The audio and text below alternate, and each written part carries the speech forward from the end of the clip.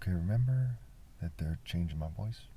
I'm not gay, I'm being fumed heavily, and there's a sort of microphone sound in the air because of whatever technology they're using to try to interfere with my videos as some kind of experiment mixed with harassment for kicks. So, again, this video series is not about insulting white people. It's about analyzing white culture and understanding why, after all these years, have white culture failed, like the Roman culture failed, why Jewish culture has failed, why we see academics and scholars, who tend to be wrong about a great many things, mind you, seeming to come to a consensus that Western culture is failing. Some blame multiculturalism, some blame conservatism, but they all seem to have a consensus that is failing. So I've said for many years now that the Jews are not the only people who have money. And you see on the screen, you see Queen Elizabeth and King Charles. Queen Elizabeth has passed away. You see these, I guess they're English people, right? You know, some are redheads or something, if I remember correctly on the screen. Their family said to be worth $250 billion. And you see some other people who look like people of status. And so I put a guy from one of the Matrix movies. I actually has not seen that movie, but I know he's supposed to be some kind of architect of the Matrix or something, as the most powerful person on the screen in terms of worldly power, insignificant power, mere money power.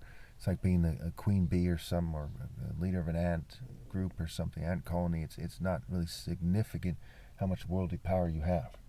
You know, he who dies with the most toys still dies. Now, did he go to heaven or hell? Was he righteous or not? That's what really matters. Was righteousness fallen, or is he just a worm?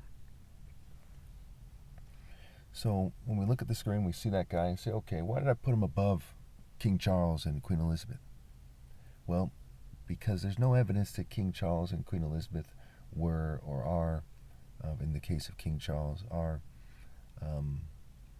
very powerful, right? They're sort of figureheads, though they have access to things that give them a certain social status, but they don't really have a lot of power with that status. From what I gather, there's no real evidence that they have a lot of power, that they're above billionaires per se. So I went ahead and I did put them above that group of people with $250 billion because their social status factors in. But think about all the boring speeches they have to listen to, that they give, their very lame life, kind of locked up in some mansion all the time. It's very, very lame life that they live. Very not worthwhile. Billionaires themselves, you know, they have to worry about being kidnapped and stuff. You know, they often have bodyguards. They go to, they go to groups with very lame dinner parties, right? Very lame. When I was younger, I've been to some things like that, and I was very bored. You know, my family used to have a lot more money. Speaking of that, my parents are selling their house, and they're in contract, and almost certainly that contract's going to finish with no problems. And one way or another, I'll be out of here in 43 days. Things have been heating up recently, and hopefully my flesh will be dead well before then. I have no intention to move with them whatsoever. Okay, so one way or another, my family and I are going our different ways. And I go as far as that's a good thing, you know, so they can see for themselves that people are persecuted, whether or not they're Jesus' family, whether or not Jesus is there trying to reason with people, that they still get persecuted. And that's a part of white culture, right? The gang stalk and the harassment, the taunts. It's very much, you know, we think about the cultures in the world. Other countries, they lock people up, they beat them up or something. They might stare at them hard. White people, Jews, LGBT people, they go the furthest to harass people, from my research and from what I gather. They really go the distance. And where other countries do it, they got it from their kind of Freemasonic groups. Freemasonry and harassment, from my research, based on the patterns and the evidence and the facts, are very much connected. The Scottish Rite even funded MK Ultra. Okay, why would Freemasons fund MK Ultra? Because they're concerned with psychology, mind control, social control. Who fraternizes with who, right? They're a fraternity. They're the most powerful fraternity in America, give or take. except for whatever members of the Club of Rome may be here. If that.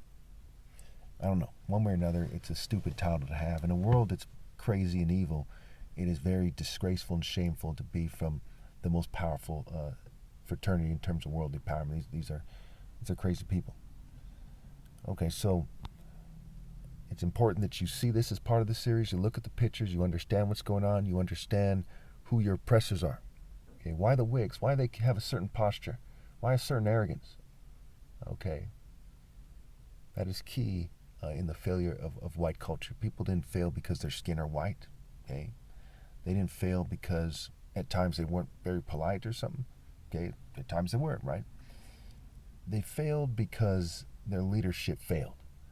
And as they kept accepting the boundaries, as the whole world has, of white Jews and LGBT people and token minorities, these rich people, that is, they really, they accepted being the box of failure.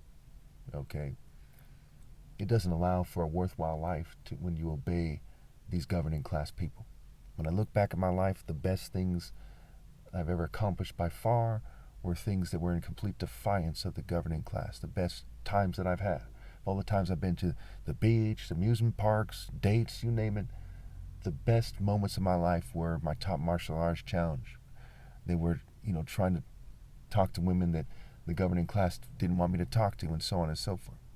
Okay, they were not following these weird Freemasons, right? Never followed them.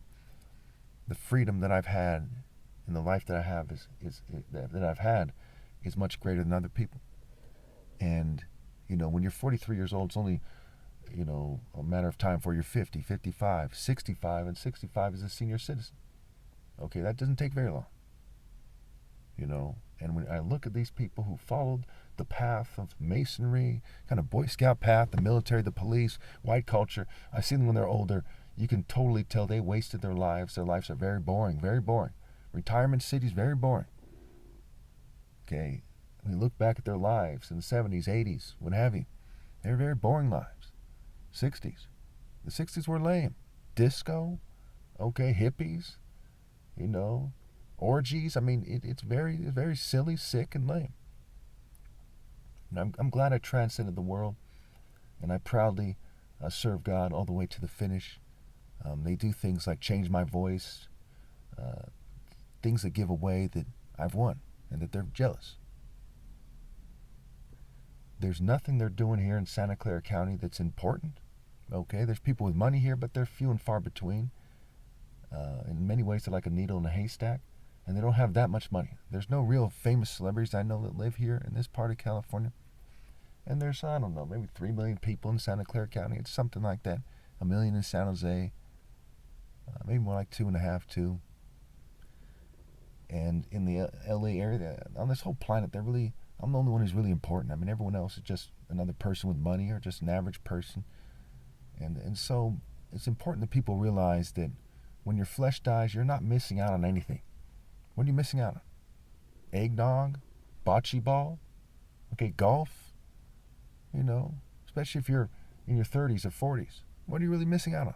Old age? Dentures? These arrogant people with technology who act like they're better than everyone else. I mean, there really isn't anything. Gender-neutral people? Politics? The big, beautiful bill? Okay? Propaganda? I mean, it's just... The white, Jewish, and LGBT elite, they really just ruin the world. It's really not worth living and not worth reproducing. It's a very sick and demented and deranged and depraved place because of them and their cultures. That's the bottom line. And I wish they would discuss things with me before it's too late. But I'm basically 100% sure that they won't. Soon my flesh will die from all the fumes and all the poisons, from all the sabotage, from them refusing to do what's right, to secure a healthy and fair future for me, them refusing to meet my requirements. It kind of comes together, and eventually, that cognitive impairment and everything else, one way or another, my body shuts down. I die of cancer or something, or I suffocate. There's a lot of stuff like that going on here, and I'm very, very glad I chose the path I did. I don't want to be anyone else. Thank God I'm not on their paths. I look at everybody else, it's like seeing a horror movie. It's like the Twilight Zone. Everyone's like on some complete bitch shit, and it's very sick and very sad. So I'd also like to point out that 60,000 people die every year in America, according to Bernie Sanders, of a lack of adequate access to health care. But 4,700 rich people and their immediate family members die every day in the world. So it's not like they're winning and saying, ha. They often are very stressed out on their deathbeds. They look like the angel of death has come upon them, and he has. And they get snatched up and sent to hell, one way or another, on one timeline or another. So when you see that a huge part of this was them refusing to treat me fairly and give me the medical care that I need and really treat me fairly, even though both my parents are doctors, them sabotaging my family to the extreme, okay, them sticking their nose up, them trying to make me something I would never be, which is gay, right? Them trying to coerce me, We see all this coercion here in America, all this rape, all this human trafficking, and their war on human trafficking is like the war on drugs.